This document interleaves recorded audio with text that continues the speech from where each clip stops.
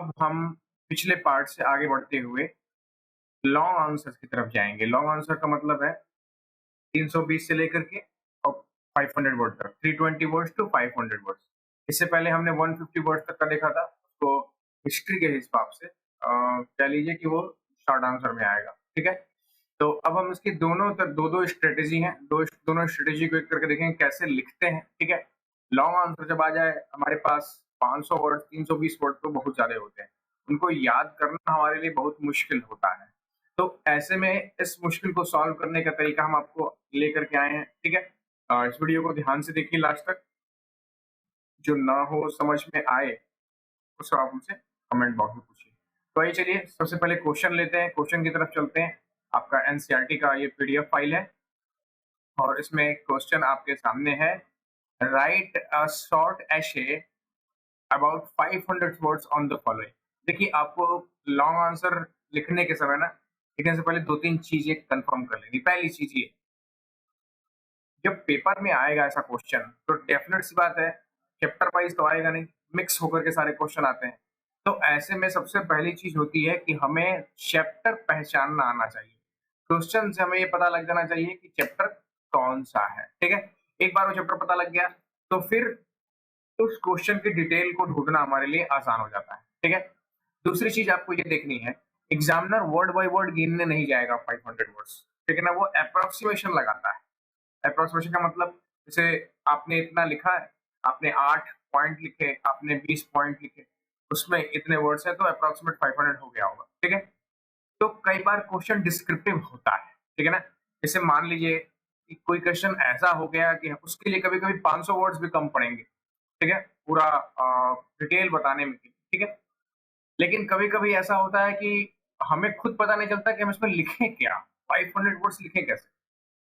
तो ऐसे में दूसरी स्ट्रेटेजी अपनानी चाहिए और दूसरी स्ट्रेटेजी कहती है मार्क्स देखो, नंबर देखो, कितने नंबर का है? 8 नंबर का है, 10 नंबर का है, 6 नंबर का है, ठीक है? तो जितने मार्क्स का है, उससे 2 पॉइंट आप बढ़ा करके और लिख डालिए। जैसे मान लीजिए कि 8 नंबर का है, मैक्सिमम मैंने जहाँ तक सुना है बोर्ड में 8 नंबर के क्वेश्चन आते हैं। तो अगर 8 नंबर का है, वर्डिंग होती है 320 वर्ड्स के आसपास, तो अब आप 320 वर्ड उसका लिख पाएंगे कि नहीं लिख पाएंगे, या आपके पास कैपेबिलिटी नहीं है, तो आप उसका मार्क्स देखिए। 8 मार्क्स है, 2 बढ़ा के लिख दीजिए पॉइंट, 10 पॉइंट लिख दीजिए, कहानी खत्म, ठीक है? अगर 6 मार्क्स है, 2 पॉइंट बढ़ा के लिख दीजिए 18। मैं ये 2 पॉइंट बढ़ाने वाली बात क्यों कह रहा हूँ? देखिए होता क्या है ना, डिस्टिंक्टिव पॉइंट होने चाहिए, मतलब सारे पॉइंट्स अलग-अलग होने चाहिए। अब हमें याद होता नहीं, कई बार लिखने के तरीके के लिहाज को अगर छोड़ दें, तो 2 पॉइंट मिल जाते हैं आपस में, तो फिर वो पॉइंट्स कट सकते हैं, ठीक है ना? तो अगर 2 बढ़े रहेंगे तो आपका लमसम लेकर के 8 हो ही जाएगा, ठीक है? तो इस चीज को, ये स्ट्रेटेजी हमने फॉलो की, अब हम इसको करके बताते हैं कैसे करेंगे, ठीक है? सबसे पहला क्वेश्चन आपके सामने ही आ गया, describe some of the distinctive feature of the Mohenjodaro. Mohenjodaro के आपको डिस्टिंक्टिव फीचर्स डिस्क्राइब करने हैं। देखिए ये डिस्क्रिप्शन वाला क्वेश्चन है, सीधी बात है, इसमें अगर आप मोहनजोदाड़ो को एक्सप्लेन करने चले तो आपको 500 वर्ड भी अगर जेन्युइन तरीके से तो कम पड़ेंगे, ठीक है? तो ऐसे में हमें पहली चीज ये देखनी है कि डिस्टिंक्टिव फीचर देखना है, मतलब अलग अलग और स्पष्ट होने चाहिए। अब ये नहीं कि एक ही चीज को 3 तरीके से कह दिया, इन अदर वर्ड्स, इन सम वे, ये सब चीजें यूज करनी है आपको, ठीक है? और आपको मोहनजोदाड़ो से ही स्टिक रहना है। क्वेश्चन में लिखा हुआ है मोहनजोदाड़ो, अब आप हड़प्पा मत बतियाने लगिएगा, ठीक है? आप सारी सिटीज को मत उसमें इंक्लूड करिएगा। पूरी इंडस वैली सिविलाइजेशन की बात नहीं कर रहा है, ये सिर्फ मोहनजोदड़ो की बात कर रहा है, ठीक है? तो आइए देख लेते हैं कहां पर है इसका पूरा डिस्क्रिप्टिव फीचर। जब आप एनसीईआरटी के स्टार्टिंग में जाएंगे तो वहां पर इसने आर्किटेक्चर समझाया हुआ है किसका? मोहनजोदड़ो का, ठीक है? मोहनजोदड़ो को अलग अलग बोलते हैं, ठीक है? मोहनजोदड़ो का। तो उसमें आपको मिल जाएगा पेज नंबर 5 पर सब topic 3 Mohenjodaro a plant urban centre, है ना? अ प्लांट अर्बन सेंटर, एक शहर था, याद रखिएगा, गांव नहीं था, रूरल एरिया नहीं था, और भी प्लांट शहर था ये। हड़प्पा, मोहनजोदड़ो, चाणूदाड़ो, ये सब इंडस वैली सिविलाइजेशन के बड़े शहरों में गिने जाते हैं। जैसे आपको दिल्ली, मुंबई, चेन्नई को पता है ना, उस तरीके से बड़े शहरों में गिने जाते हैं। तो आइए देख लेते हैं क्या है यूनिक इसके डिस्टिंक्टिव फीचर, ठीक है? सबसे पहले तो आपको ये दिखाना होगा कि although the Mohenjodaro is the most well known site, the first site to be discovered was Harappa, ठीक है? हड़प्पा के बाद मोहनजोदड़ो मिला था हम लोगों को, ठीक है? तो ये पहले आप लिख लीजिएगा कि मोहनजोदड़ो जो है वो पहली ऐसी सबसे ज़्यादा वेल नोन साइट है, जो हमें हड़प्पा के बाद मिली थी, ठीक है? अब इसके बाद स्ट्रक्चर डिस्टिंक्टिव फीचर में पहला पॉइंट आपका ये आएगा कि the settlement is divided into the two section. दो सेक्शन में डिवाइड था, आपको मैप में सामने दिख रहा है। लोअर टाउन सिटाडेल, सिटाडेल का मतलब होता है दुर्ग, ऊपरी इलाका, और लोअर टाउन का मतलब शहर, ठीक है? अच्छा, archaeologist designate this as citadel. The citadel owes to its height to the fact that buildings were constructed on a mud brick platform। एक मिट्टी और ईंटों से बनी हुई पहले प्लेटफॉर्म उठा लेते थे और उसके ऊपर फिर निर्माण करते थे, वो सिटाडेल का इलाका हो गया, ठीक है? चारों तरफ से दीवारों से घिरे हुए, it was walled and which mean that it was physically separated from the lower town. इसको जानबूझ करके लोअर टाउन से सेपरेट रखा गया है, क्योंकि कुछ स्पेशल होता होगा। पहला दिमाग में तो यही खटकता है कि ये राजा का महल हुआ होगा, ठीक है? ऐसा ही कुछ। अब आ जाते हैं लोअर टाउन पे। दीवार इसके चारों तरफ भी है, ठीक है ना? Was also walled and several buildings were built on the platform.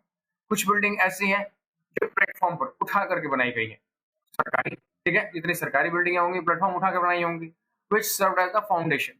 It has been calculated that one lever moved roughly a cubic meter of earth daily just to put the foundation in place, and it would have required the 4 million person days। In other words, mobilizing over a large very scale।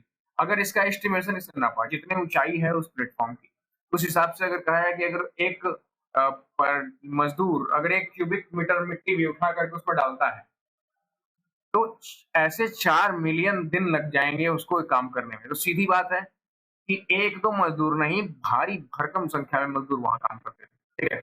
अब 4 million दिन का मतलब तो बहुत ज्यादा हो गया, ठीक है? अच्छा, इसके अलावा एक सोच सोच रखते हैं। सोच क्या है? एक बार प्लेटफॉर्म प्लेस हो गया, once the platform were in place, all building activity within the city was restricted to a fixed area on the platform. जो निर्माण करना है, हो सकता है कि ऐसा रूल लगा हो कि जो निर्माण करना है वो सिर्फ प्लेटफॉर्म वाले एरिया पे ही करना है। प्लेटफॉर्म के अगल बगल आपको बिल्डिंग नहीं दिखेगी, हाँ, आपको दिखाएंगे भी, ठीक है? प्लेटफॉर्म जो उठा हुआ है, सिर्फ मकान है या कुछ भी बनाना है आपको, वो उसी पर बनेंगे। So it seems that the settlement was first planned. पहले सेटलमेंट प्लान्ड हुआ होगा, पहले आर्किटेक्चर होता था भैया, एंड देन इम्प्लीमेंटेड अकॉर्डिंगली। उसी आर्किटेक्चर को फॉलो किया था, जो आज के जमाने में भी होता है। अगर आप नया मकान बनाने जाएंगे तो पहले क्या करेंगे? पहले आप आपको पहले आर्किटेक्चर से उसका डिजाइन नक्शा बनवाएंगे, मैप, और फिर उसके ऊपर मकान बनाएंगे। तो उस समय भी होता रहा होगा। अच्छा, प्लान होता है, इसके लिए और भी बहुत सारे लक्षण मिले हैं। पहले ही तो ईंट भाई, ठीक है? ये बहुत बड़ा डिस्टिंक्टिव फीचर है, याद रखिएगा, ठीक है? इसको भी मेंशन करना होगा। ईंट जो उस समय सुखाई जाती थी, जो उस समय सुखाई जाती थी, ठीक है? और सबसे बड़ी बात क्या होती थी? वो स्टैंडर्ड रेशियो के होते थे। स्टैंडर्ड रेशियो समझ रहे हैं ना? वो स्टैंडर्ड रेशियो के होते थे। उसको अब जितना जैसा भी स्टैंडर्ड रेशियो हो, कितना होता था? Were the length and the breadth were 4 times and the twice the height respectively.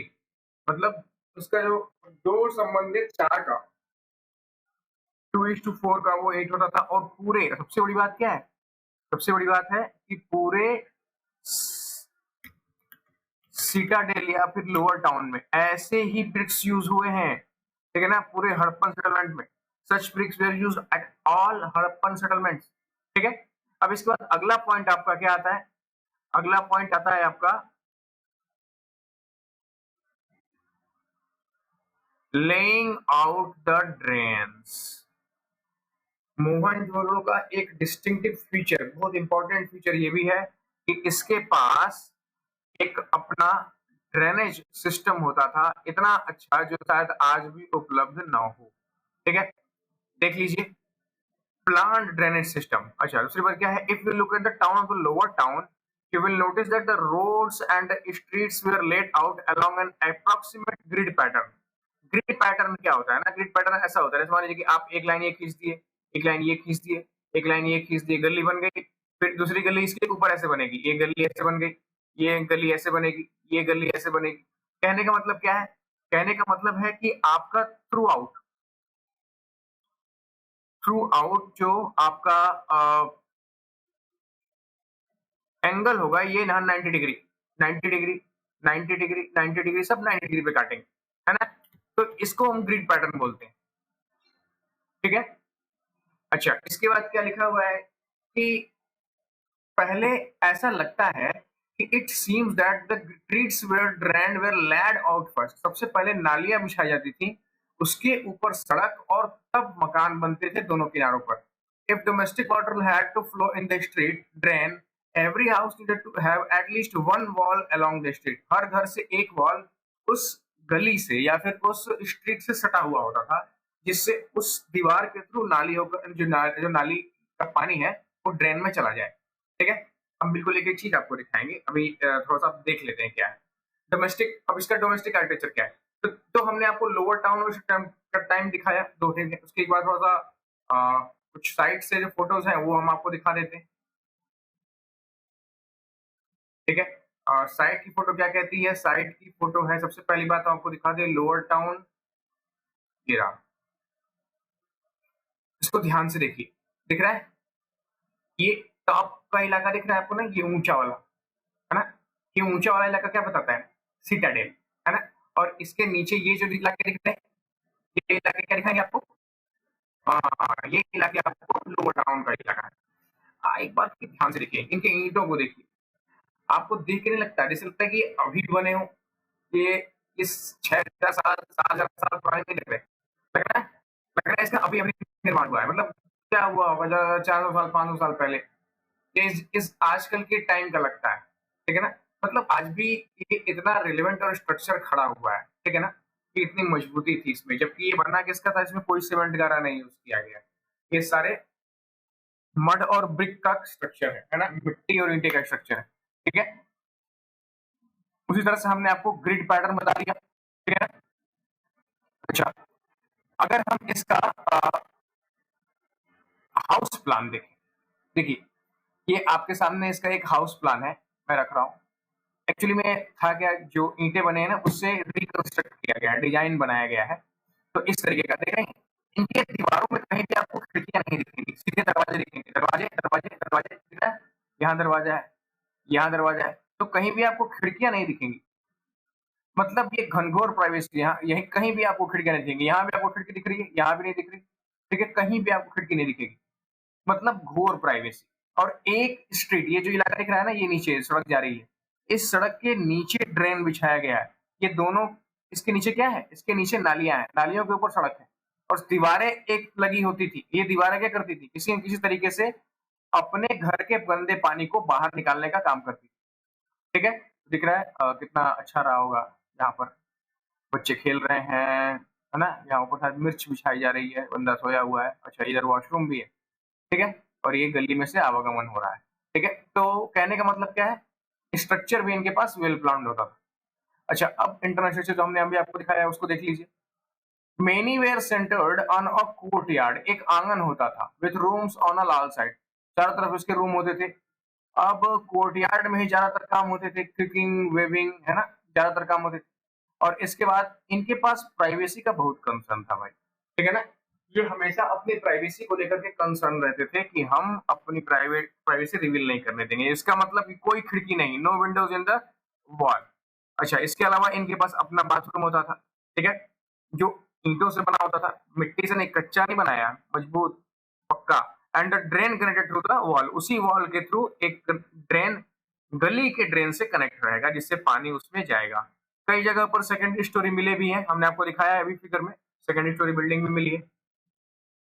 और ऐसा माना जाता है कि करीब 700 वॉल पूरे मोहनजोदाड़ो को अगर निकाला गया, एक्सकेवेट किया गया तो करीब 700 वॉल मिले, ठीक है ना? चारों तरफ किसी न किसी तरीके से, ठीक है? अभी हमने इसमें और भी पिक्स आपको दिखाएंगे, ठीक है? कोशिश करते हैं कि आपको जल्दी जल्दी पिक्स दिखा दें। देखिए, अभी आपके सामने जो पहला है, ये भी एक रिकंस्ट्रक्टेड बिल्डिंग है, दिख रही है? Reconstructed building. ये जो नालियां आ रही है, नाली आ रही है, दिख रहा है ना? ये नाली आ रही है, यहाँ ड्रेन से ये बाहर निकल रही है और सड़क इसके ऊपर है, दिख रही है सड़क? इस सड़क के नीचे भी नालियां हैं। उसी तरह से डबल स्टोरी बिल्डिंग है, मतलब एक के ऊपर एक दो मकान बन सकते हैं। इधर आपको दिखाई देगा, इधर आपको दिखाई देगा, ये मकान बन सकते हैं, ठीक है? और इसके अलावा हमने वॉल की बात की। अगर आप वॉल की बात करें तो इस पिक्चर को आप ध्यान से देखिए। ये पिक्चर क्या कहती है? ये दिख रहा है, ये जो लंबा सा स्ट्रक्चर दिख रहा है ना, क्या लगता है खंबा रहा होगा? नहीं, ये कुआं है। हो सकता है कि ये कुआं रहा। एक्चुअल में बाढ़ से परेशान थे लोग। ये इलाका जो खोदा गया है ना, ये बहुत जमीन के नीचे तक खोद दिया गया है। इसके नीचे भी है, ठीक है ना? ये एक्चुअल में सड़क के बहुत नीचे है। उस समय जो उस जमाने में ये अब देख कुएं की जगह यहाँ पर है, तो ये इलाका इतना भरा हुआ रहा होगा, है ना? हमने काफी नीचे तक खोदा है, ठीक है? मतलब कि बाढ़ आती थी, ये लोग ऊपर जाते थे, बाढ़ आती थी, ये लोग ऊपर जाते थे, करते-करते इतने ऊँचे-ऊँचे दीवारें बन गई, ठीक है? तो कहने का मतलब है कि इसका स्ट्रक्चर सिटी के हिसाब से बनता था, ठीक? और बस इतने डिस्टिंक्टिव फीचर काफ़ी है। तो आ जाते हैं क्वेश्चन की तरफ। कुछ सिटाडेल के भी हैं, सिटाडेल भी तो आखिर मोहनजोदड़ो में ही आएगा, उसको भी देख लीजिए, ठीक है? इनके पास 2 ही चीज़ मेन हम इसमें एविडेंस पाएँगे। पहला एविडेंस है वेयर हाउस का और दूसरा एविडेंस है ग्रेट बाथ का, ठीक है ना? एक विशाल स्नानागार था, मतलब वहाँ पर लोग सामूहिक रूप से नहाते थे, ठीक है? वो भी एक रहा होगा। कैसा था वो? एक लार्ज रेक्टेंगुलर टैंक था। अभी हो सकता है कि और सिटीज़ में भी हो, ठीक है? तो आइए क्वेश्चंस पे चले आते हैं, आंसर्स पे। आंसर आपका सामने है।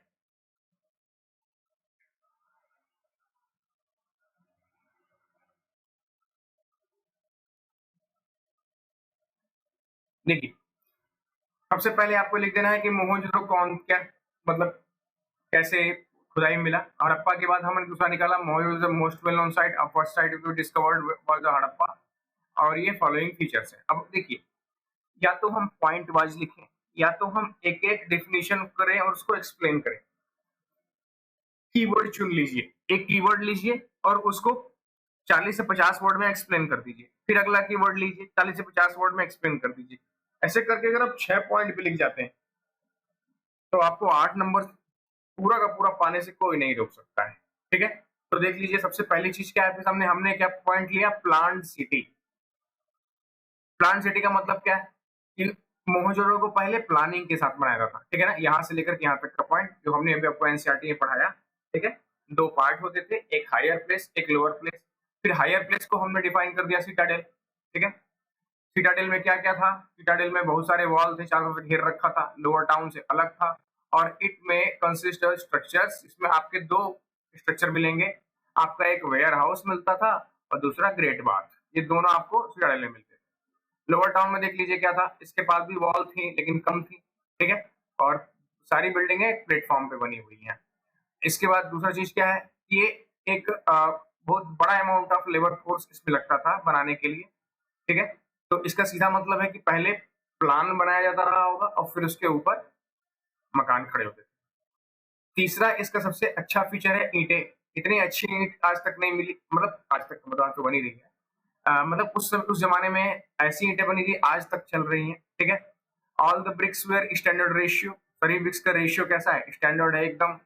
जितनी जो हड़प्पा में जो ब्रिक्स का रेशियो है, ईंटे का रेशियो, वही रेशियो आपको लोथल, नागेश्वर और चांदोड़ में भी मिलेगा, है ना? मतलब हर जगह एक ही ईंट यूज होती थी, एक ही टाइप की ईंट यूज होती थी, ठीक है? अच्छा, दूसरी चीज, आप अगली चीज क्या है? Drainage system. The drainage system is well planned. सबसे देखिए, ये ड्रेनेज सिस्टम सबसे बड़ा फीचर है हड़प्पा का, ठीक है ना? इसको याद रखिएगा। ड्रेनेज सिस्टम आज भी ऐसा नहीं बना पाए हैं। एक पर्सन के बराबर का ड्रेनेज सिस्टम, बाप रे! ठीक है? तो पहले ड्रेनेज सिस्टम प्लान किया जाता था, ठीक है? उसके ऊपर फिर रोड्स बनती थी, जो कि एक दूसरे को राइट एंगल ट्रायंगल पर काटते हुए ग्रिड पैटर्न बनाती थी और फिर उसके ऊपर स्ट्रीट्स बनती थी और हर घर से एक दीवार स्ट्रीट से लगती थी, जिस दीवार से होकर के नाली गली में जुड़ती थी, ठीक है? अच्छा, इसका आर्किटेक्चर देख लीजिए। आर्किटेक्चर कमरे का अपना आर्किटेक्चर होता था। सबके कमरे में कोर्टयार्ड आंगन हुआ करता था और उसके चारों तरफ कमरे हुआ करते थे।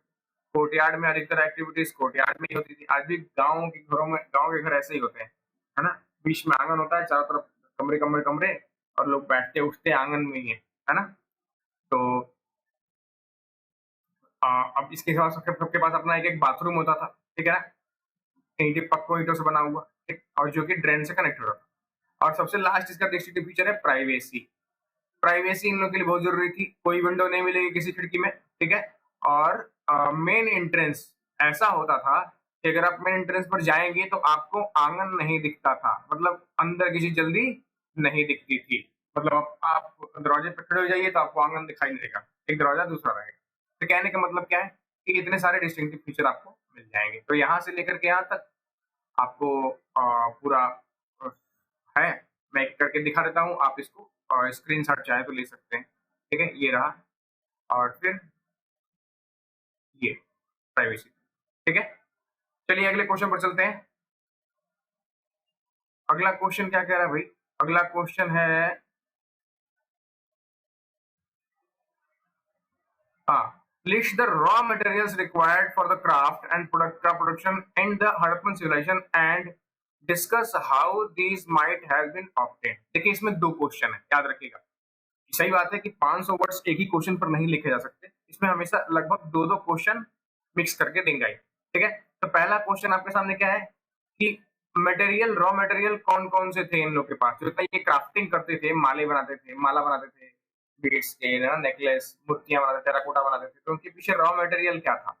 और दूसरा, ये रॉ मटेरियल लोग फाइंड कहाँ से करते थे। चलिए तो फटाक से आ जाते हैं अपने पेज नंबर पर। क्राफ्ट क्राफ्ट क्राफ्ट,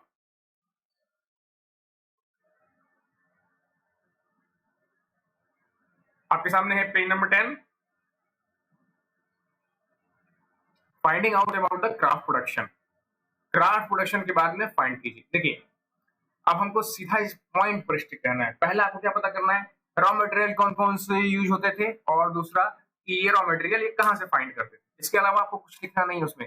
देखिए सबसे पहला, the variety of materials used to make beads is stones like carnelian, ठीक है ना, jasper, crystal, quartz, steatite, metal like copper, bronze, gold and shell, faience and terracotta और बर्टली। इतने सारे टाइप के मटेरियल यूज होते हैं। तो इसको तीन कैटेगरी में बना लीजिए। पत्थर है आपको, जैस्पर है, क्रिस्टल है, क्वार्ट्ज है, कार्नेलियन है। मेटल मिलेंगे आपको सोना, चांदी, तांबा, है ना। और फिर मिक्स चीजें ऐसे नेचुरल चीजें हैं, जैसे शेल, शंख है, फैंस है, ये लोग जो बनाते थे, दो तीन चीजों का मिक्सचर था। और टेराकोटा, मिट्टी, जो पकी हुई मिट्टी है वो। तो इतने सारे मटेरियल थे क्राफ्ट के लिए। अच्छा, अब ये दूसरी क्वेश्चन क्या था कि ये मिलते कहाँ से थे, ठीक है ना। कुछ कुछ पर ये गोल्ड कैप्स भी लगा हुआ है, तो मतलब गोल्ड भी इनके पास होता था, ठीक है ना। अब ये इनको मिलते कहाँ से थे, अब देख लीजिए। मिलते हैं centre of production, strategy for the procuring material, material बनाने का, ये मटेरियल लाने के लिए कौन सी स्ट्रेटेजी यूज करते थे। तो सबसे पहली चीज क्या है, कुछ मटेरियल इनको सब कॉन्टिनेंट में ही मिल जाया करते थे, और कुछ मटेरियल के लिए इनको बाहर जाना पड़ता था। ठीक है, तो सबसे पहले देख लीजिए क्या क्या चीजें अंदर ही मिल जाती थी, मतलब हड़प्पा इंडस वैली सिविलाइजेशन का ही हिस्सा थी। ठीक है, for instance they establish the settlement such as Nageshwar and Balakot in areas where shell was available. जो शंख था ना, तो शेल था वो अवेलेबल हो जाता था इन दोनों एरिया में, नागेश्वर में और बालाकोट में। ठीक है, और भी साइट है, जैसे शार्तुगई, अफगानिस्तान में दूर में एक शार्तुगई इलाका है, वो सबसे ज्यादा लेपिस लेजुली लाता है। लेपिस लेजुली एक नीले कलर का पत्थर होता है ना, नीले कलर का एक पत्थर होता है, ब्लू स्टोन, ठीक है ना, और ये बहुत महंगा होता था। लोथल में आपको कार्नेलियन मिल जाएगा, ठीक है ना, फ्रॉम भरूच, भरूच बोलते हैं इसको, भरूच, भरूच गुजरात में। सेटाइट आपको साउथ राजस्थान में जाता था, और मेटल भी कुछ कुछ आपको राजस्थान में मिल जाता था। तो ये अब मेटल में ये नहीं बताया है कि कौन कौन सा मेटल, क्योंकि आपको पता है सोना, चांदी, तांबा तीनों यूज करते थे, कॉपर, ब्रोंज भी यूज करते थे, कांसा। तो और स्ट्रेटेजी क्या है, ये तो इतनी इंडस वैली में ही मिलने वाले मटेरियल थे। इसके अलावा आपको क्या मिलेगा, another strategy for the procuring raw materials may have been send expedition to the area such as Khetri region of Rajasthan, है ना, कॉपर के लिए नीचे से निकालना पड़ता था खेतरी रीजन राजस्थान में, ठीक है, और साउथ इंडिया में गोल्ड मिलता था। अच्छा, इसके बाद occasional find of the Harappan art such as Hittite microbeads in these areas are indication of such contact. There is evidence in the Khetri area for the archaeologist called the Ganeshwar Jodhpur culture. ठीक है ना, ये एक नया culture ही होता था, Ganeshwar Jodhpur culture, जो राजस्थान में है। यहाँ पर सबसे ज्यादा आपको कॉपर के ऑब्जेक्ट मिलेंगे, बहुत ज्यादा, unusual wealth of the copper object. ठीक है, अच्छा, बाहर से क्या क्या मंगाते थे, इसको भी देख लीजिए। Contact with the distant land, बाहर से क्या क्या आता था। अब सबसे पहली चीज यह है कि कॉपर इतना, खेतरी रीजन बाद में आया था, तो पहले से जो कॉपर का यूज है उसको कॉपर कहाँ से आता था, तो वो है इसका आंसर ओमान, है ना, probably brought from the Oman. जब तो लगता है आर्कियोलॉजिस्ट को कि ओमान से खरीदा जाता था। ठीक, on the south eastern tip of the एलिवेंट पेनिसुला। केमिकल एनालिसिस ये करता था कि ओमानी कॉपर और हड़प्पन आर्टिफैक्ट, इनके पास निकल भी था, और वो भी कॉमन ओरिजिन का। आज तक निकल का हमको निकल मिला नहीं है, लेकिन ये लगता है कहीं कहीं निकल भी था। ठीक है, एक जार बनता था, ये जो जार दिख रहा है आपको सामने ना, ये जार सिर्फ हड़प्पा वाले बनाते थे। ठीक है, और ये जार के ऊपर एक मोटी सी काली मिट्टी की परत चढ़ी होती थी, जिससे इसके अंदर भरा जाने वाला जो मटेरियल था, पानी था, लिक्विड था, वो कभी खराब नहीं होता। और ये आपको ओमानी साइड में मिलेंगे। तो कई लोगों को ऐसा लगता है कि ओमान में इसके बदले में लोग कॉपर ले जाते थे। ठीक है ना, Harappans exchange the content of these vessel from the Omani copper. ठीक है, तो अब कुल मिलाकर के यही सब बातें हैं। ओमानी कॉपर मिला था, कुछ निकल के भी स्ट्रक्चर मिले थे। बाकी अब यहाँ से मेसोपोटामियन स्ट्रक्चर का जिक्र शुरू हो गया, लेकिन हमको उसमें जाना नहीं है, क्योंकि मेसोपोटामियन का पूछा नहीं है। हमसे क्या पूछा है? हमसे पूछा है भाई साहब, आपको इंडस वैली सिविलाइजेशन का बताइए। ठीक है, तो आ जाते हैं फिर आंसर पे। ठीक है, आंसर क्या करेगा?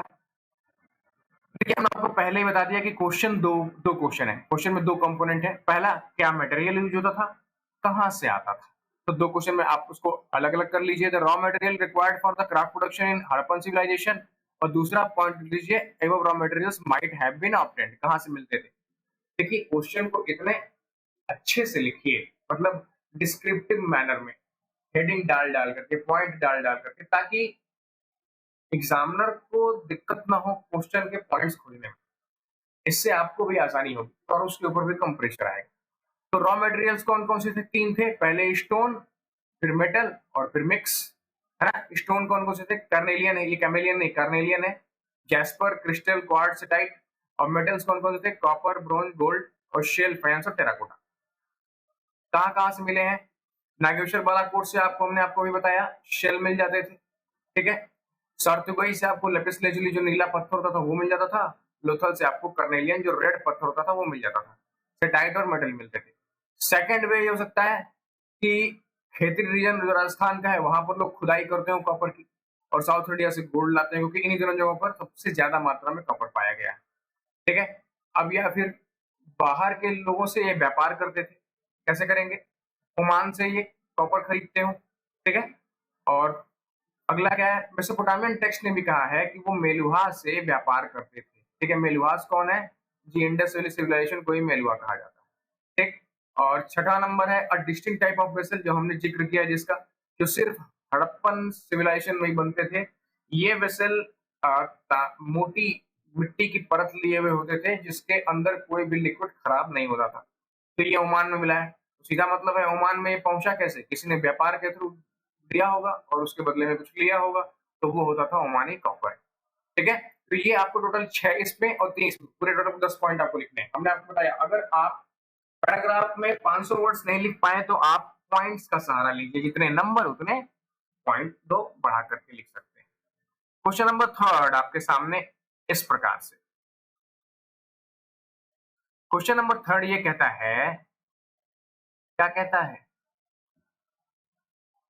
Rendering slow. Discuss how archaeologist reconstruct the past. बहुत टफ क्वेश्चन है। क्या, क्यों? तो देखिए, इसमें पूछा आपको एक ही पॉइंट है, लेकिन दो पॉइंट आपको कम से कम लिखने होंगे। दो पॉइंट का मतलब मेन पॉइंट्स, उसके अंदर सब पॉइंट्स आएंगे। 500 वर्ड्स का क्वेश्चन है, दो पॉइंट में थोड़ी होगा। लेकिन उन दो मेन पॉइंट्स की हम जो बात कर रहे हैं, पहले तो फाइंडिंग क्या क्या है, और फिर उसका रिलेशन कैसे, वो कैसे उसके पीछे कहानियां कैसे बनाते थे। ठीक है, इसको देखते हैं। तो आ जाते हैं रिकंस्ट्रक्शन में, कि ये कैसे खोजते थे।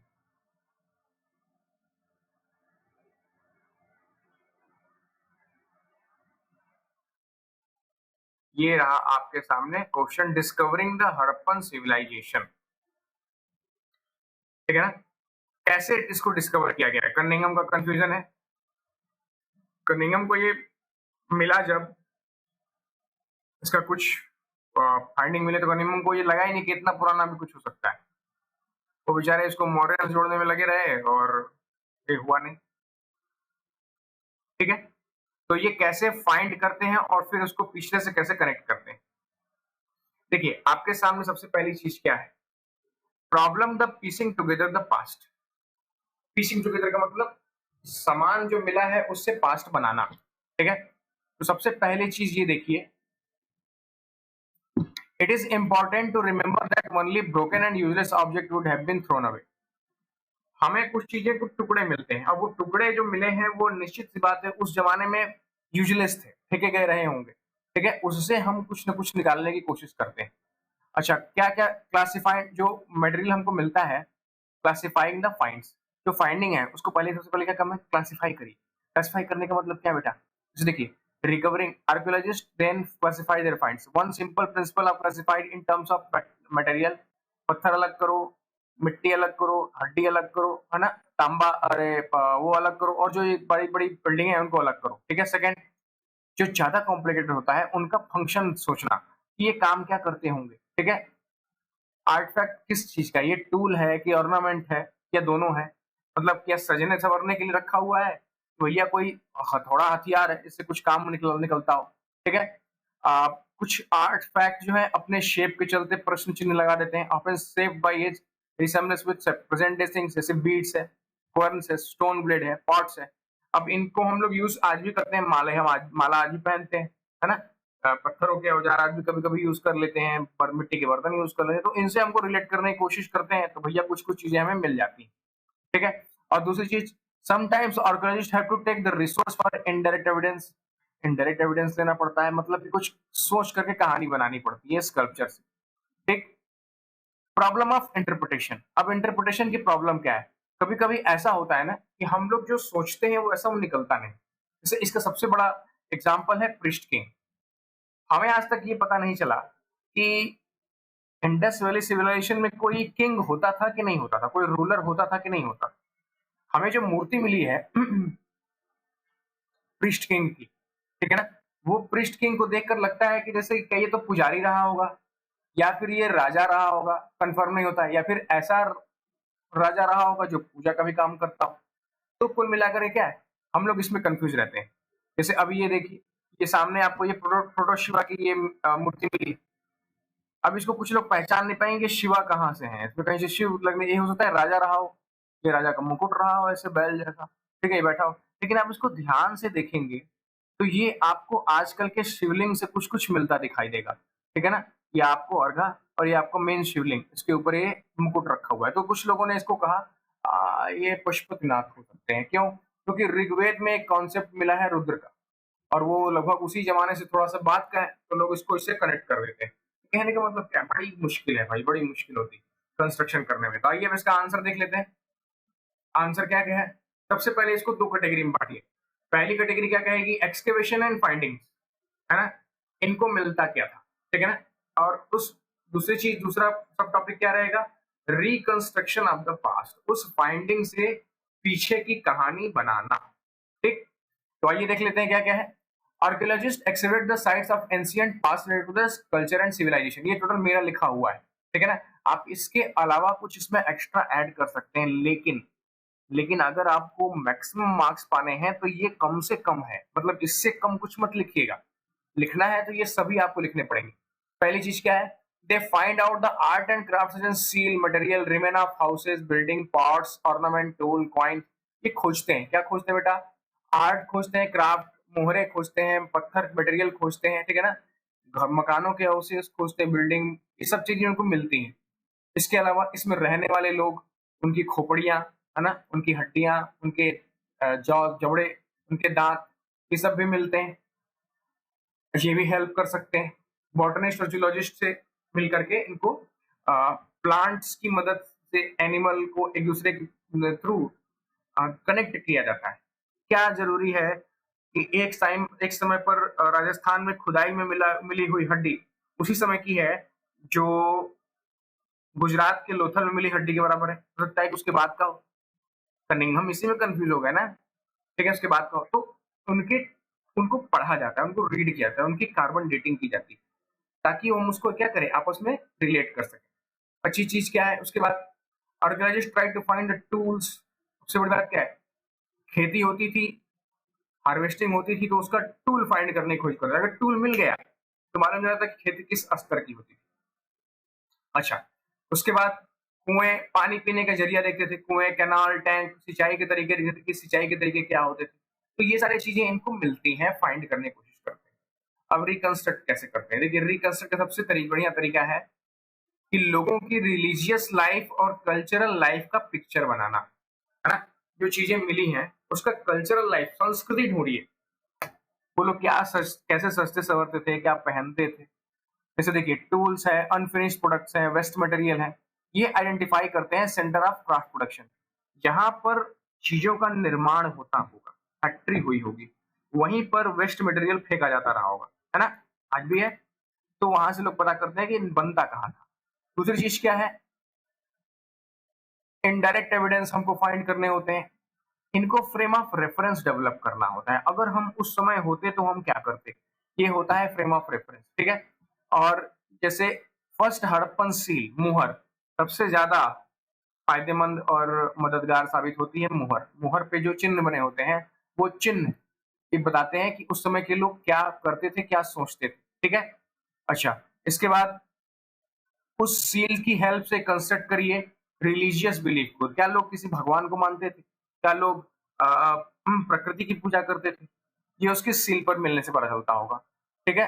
अब कुछ सील पे जैसे देखिए रिलीजियस सीन बने हुए हैं, कुछ पे एनिमल बने हुए हैं, किसी पर वन हॉर्न हॉर्न एनिमल है, ठीक है? कुछ पर लोगों को लगता है कि यूनिकॉर्न बना हुआ है, जो मिथिकल हो सकता है।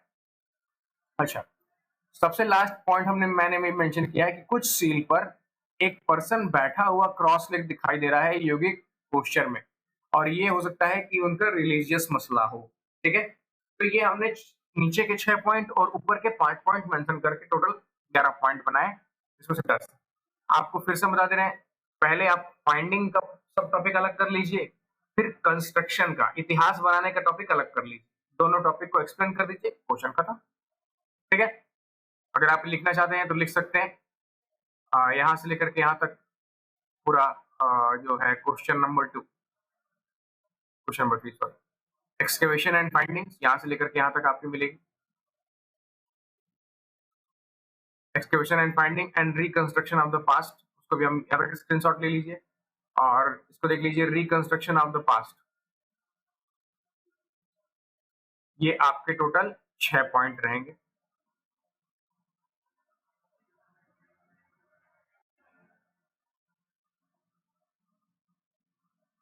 ठीक है, ये टोटल 6 पॉइंट यहाँ से लेकर के ये यहाँ तक, ठीक है? चलिए नेक्स्ट क्वेश्चन फाइंड करते हैं।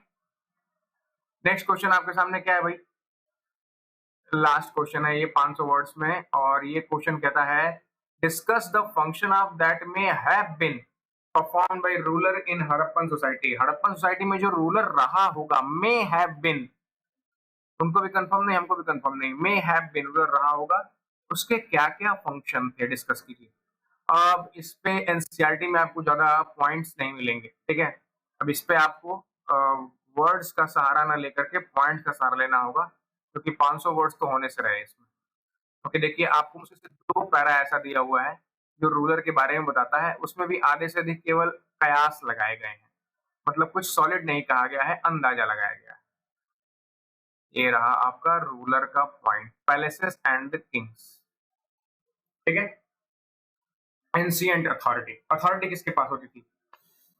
देखिए, इन लोगों ने सबसे पहले शुरुआत की है ब्रिक्स, वेट्स और सील्स की। जिस तरह से ब्रिक्स, वेट और मोहर मिले हैं, उससे लगता है कि कोई ना कोई तो कंट्रोलर रहा होगा जो इन सब चीजों को कंट्रोल करता रहा होगा। नहीं तो क्या फर्क पड़ता है कि हम एक ही साइज का ईंटा कश्मीर से लेकर राजस्थान तक यूज करें, है ना? कोई ना कोई कंट्रोल रूल तो बनाया ही होगा। तो उस रूल को कौन बनाता था? इनका पहला क्वेश्चन है, पैलेस एंड किंग्स। हमने आपको भी दिखाया था कि एक सिटाडेल होता था, सिटाडेल मतलब ऊंचा इलाका, तो लोग उसको कह रहे थे कि वो मे बी पैलेस रहा हो, ठीक है? A large building found at the Mohenjodaro was labelled as a palace by the archaeologist, लेकिन कोई और ऐसी चीज नहीं मिली है जिससे उसको बताया जा सके कि ये पैलेस ही था। हो सकता है कोई बड़ा सा गोडाउन रहा हो, ठीक है, जिसमें देश के सारे अनाज रखे जाते रहे होंगे, ठीक है? एक स्टोन की स्टैचू मिली है, ये भाई साहब मिले हैं, प्रिस्ट किंग। ये हम लोगों ने नाम रखा है, इस पे कहीं से लिखा नहीं हुआ था प्रिस्ट किंग। आपको जान के ताज्जुब होगा कि जो इंडस वैली सिविलाइजेशन की जो लिखावट है, राइटिंग है, वो हम आज तक पढ़ ही नहीं पाए, उसको हम कभी डिकोड नहीं कर पाए, ठीक है? तो ये पृष्ठ किंग हमने नाम दिया क्यों? क्योंकि ये राजा जैसा लग रहा है, लेकिन ये माथे पर बना हुआ एक पुजारी भी लग रहा है, तो उसको लेकर के बवाल है। कोई कहता है पृष्ठ है, कोई कहता है किंग है, तो हमने इसका नाम रख दिया पृष्ठ किंग। तो हो सकता है कि राजा ऐसा रहा हो, जो रिचुअल प्रैक्टिस करता रहा हो, तभी तो पृष्ठ है। रिचुअल प्रैक्टिस करने का मतलब धार्मिक गतिविधियां करता रहा हो, यज्ञ करता रहा हो, सामूहिक स्नान करवाता रहा हो, है ना? और वही पॉलिटिकल पावर भी हेल्ड करता रहा हो। ठीक। इसके अलावा कुछ लोगों का ओपिनियन है कि कोई रूलर थे ही नहीं, ठीक है? सब अपना अपना इक्वल स्टेट फाइंड करते थे।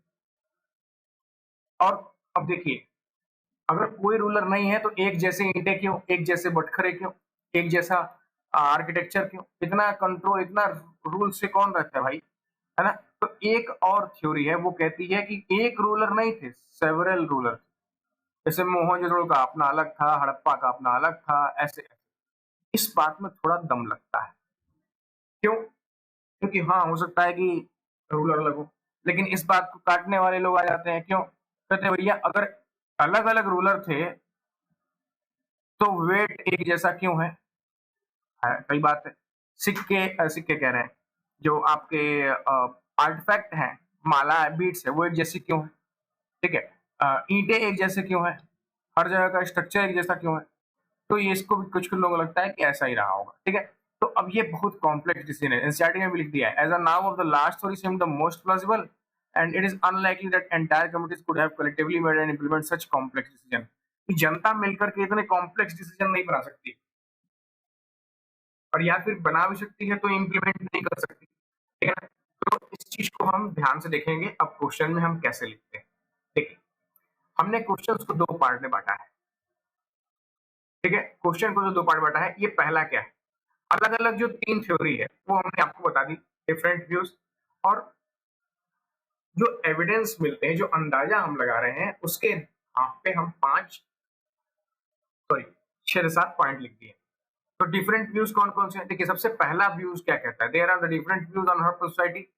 One group of archaeologists suggest that Harappan site के पास कोई रूलर ही नहीं था, ठीक है ना? सबको इक्वल स्टेट मिलता था। दूसरी थ्योरी कहती है नहीं नहीं, एक रूलर नहीं था, अलग अलग स्टेट में अलग अलग रूलर थे, बट सेवरल वन। तीसरी थ्योरी सबसे ज्यादा अच्छी लगती है, वो कहती है कि एंटायर कम्युनिटी मतलब अकेले तो ये इम्प्लीमेंट नहीं कर पाती होगी ये डिसीजन, है ना? बहुत मुश्किल है कि ये कर पाए। तो इसलिए जो तीसरा वाला है कि सेवरल सेवरल अलग अलग हो। पहला रूलर क्या है? कोई रूलर नहीं। दूसरा कंडीशन क्या है कि सब अपने में रूलर है। और तीसरा क्या है? नहीं, स्टेट में अलग अलग रूलर होता है, ठीक है? तो तीसरे को ज्यादा तरजीह मिलती है। अच्छा, एविडेंस क्या कहते हैं? एविडेंस कहते हैं कि कॉम्प्लेक्स डिसीजन राजा लेता था। कॉम्प्लेक्स डिसीजन का मतलब आर्किटेक्चर, ड्रेनेज का आर्किटेक्चर, ईंटों की सोच, सड़कें, ये सब कैसे बनेंगे?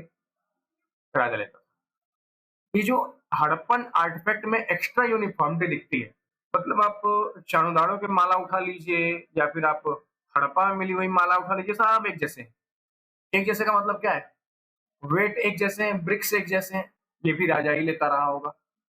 सिटी का प्लान, जो सिटी का लेआउट हमने देखा, लोअर टाउन, सिटाडेल, ये जो स्ट्रक्चर है, ये भी राजा ही बनाता रहा होगा, ठीक है? एक हम लोग को पत्थर मिला है, फोर्थ नंबर पॉइंट में, stone statue was labelled according to the priest king, जिसको हम प्रीस्ट किंग कहते हैं। ये पत्थर बताता है कि राजा रिलीजियस तरीके भी करता होगा। The ritual practice of the Harappan civilisation, यज्ञ करवाना, सामूहिक स्नान कराना, हो सकता है ये भी राजा करवाता रहा होगा, ठीक है? और इसके अलावा सील भी हमको, कॉइन तो हमको खास नहीं मिली है, लेकिन सील्स हमको मिले हैं, मतलब मुहर और वेट। तो ये सील तो आपको पता ही है, मुहर किसी अथॉरिटी का होता है, तो मुहर राजा का होता होगा और राजा ही मुहर के बारे में सब तय करता होगा, ठीक है? तो यहाँ तक आपको हमने सब कुछ बता दिया, चारों क्वेश्चन बता दिए, 500-500 वर्ड्स के, या फिर आप उसको वर्ड से ले जाइए, उसको पॉइंट वाइज ले जाइए, आपके ऊपर है। लेकिन जो हमने बताया है, इससे कम कुछ भी मत लिखिएगा, इससे कम पर आपके मार्क्स कटने तय हैं, ठीक है? डिफरेंट वैल्यूज, ऊपर डिफरेंट व्यूज है, सबसे लास्ट क्वेश्चन का स्क्रीनशॉट ले लीजिए, on the basis of evidences कितना, ठीक? ये आपको इतने क्वेश्चन मिल गए। और ये चैप्टर यहाँ कंप्लीट होता है। मैपिंग है, मैपिंग आप खुद से भी कर सकते हैं, आपको एनसीईआरटी मिल सकते हैं, एनसीईआरटी मैपिंग आप कर लीजिए। अगले चैप्टर की तरफ हम बढ़ेंगे, अगर आपके व्यूज और कमेंट्स आएंगे तो। अगर आपको लगता है कि इस तरीके से आपको मदद मिल रही है तो प्लीज हमें बताइए, और लाइक और सब्सक्राइब करते रहिए ताकि आगे भी ये चैनल बढ़ता रहे। ठीक है, थैंक यू वेरी मच, बहुत बहुत धन्यवाद आपका।